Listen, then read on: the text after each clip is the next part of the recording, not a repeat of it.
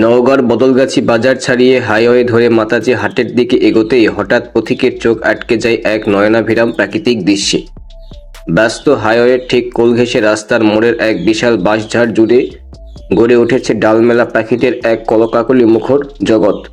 বছরের পর বছর ধরে কোলাহলমুক্ত জীবনের খোঁজে আসা হাজারো পাখির কাছে এই বাঁশঝাড়টি এখন পরম নিরাপদ এক আশ্রয়স্থল বা নিরাপদ অভয়ারণ্য।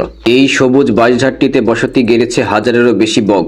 বছরের পর বছর ধরে ঋতু পরিবর্তনের সাথে সাথে তারা এখানেই পরম নিশ্চিন্তে বেঁধেছে বাসা, কাটছে ডিম এবং জন্ম দিচ্ছে নতুন প্রাণের।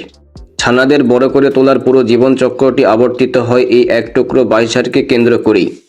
সবচেয়ে বিস্ময়কর বিষয় হলো বাঁশঝাড়টির গা ঘেঁষে রয়েছে জমজমাট বাজার, মানুষের কোলাহল আর লোকালয়ের ঘিঞ্জি পরিবেশ।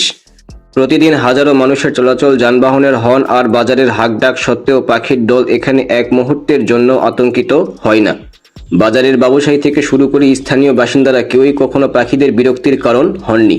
শিকার তো দূরের কথা, পাখিদের অস্তিত্ব রক্ষা করাটাই যেন এই অঞ্চলের মানুষের এক অঘোষিত দায়িত্ব। স্থানীয় দোকানদার ও বয়োজ্যেষ্ঠ গ্রামবাসীদের সাথে কথা বলে জানা যায়, পাখিদের এই অবিচল বসবাসের ইতিহাস বহু পুরনো। মানুষ আর পাখির মাঝে তৈরি হয়েছে এক অদ্ভুত আত্মিক সম্পর্ক ও পারস্পরিক বিশ্বাসের সেতু। লোকালয়ের মানুষের ভালোবাসার প্রতিদান হিসেবেই যেন পাখিরা এই স্থান ছেড়ে অন্য কোথাও পাড়ি জমাননি।